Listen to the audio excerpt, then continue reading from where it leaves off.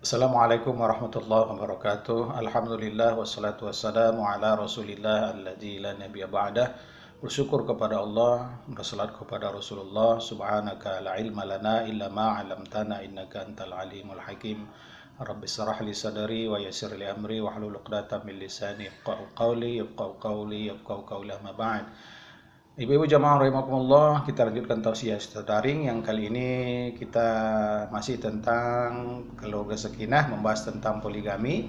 Ini hari ini kita judulnya menakar keadilan dalam poligami. Menurut Hajin Nasuha, yang dimaksud dengan keadilan dalam poligami adalah adil dalam soal materi, adil dalam membagi waktu, adil dalam membagi nafkah yang berkaitan dengan nafkah sandang, pangan, dan papan, dan adil dalam memperlakukan hubungan batinnya istri-istrinya.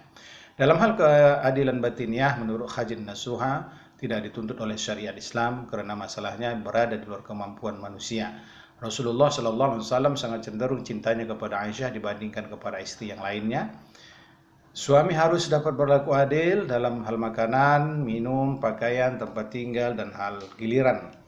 Ia tidak boleh sewenang-wenang atau berbuat zalim karena sungguhnya Allah melarang yang demikian.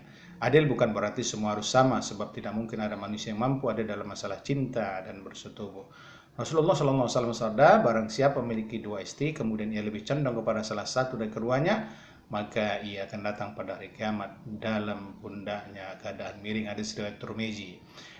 Siti Musadah Mulia, dosen Universitas Islam Negeri Jakarta, sepenuhnya tidak yakin kalau suami bisa berbuat adil kepada istri dan anak-anaknya. Dia mendasarkan argumennya pada Al-Quran, surat An-Nisa ayat 3. Di situ ada kata al-qis dan al-adil, yang bila diterjemahkan dalam bahasa Indonesia artinya sama-sama keadilan. Kesalahan dalam diterjemahkan dalam tafsir dua kata itu berimbas sangat fatal dalam memahami poligami. Kata al-qis atau kata musdah berarti keadilan bersifat materi kuantitatif, sedangkan al-adil adalah keadilan bersifat immateri kualitatif. Jadi jamaah rahimakumullah, terlepas dari perbedaan pendapat mengenai keadilan dalam poligami yang jelas pada pasal 31 Undang-Undang Perkawinan menyebutkan suami adalah kepala keluarga, kebutuhan yang harus dipenuhi seorang suami terhadap para istri dan anaknya sungguh tidak ringan.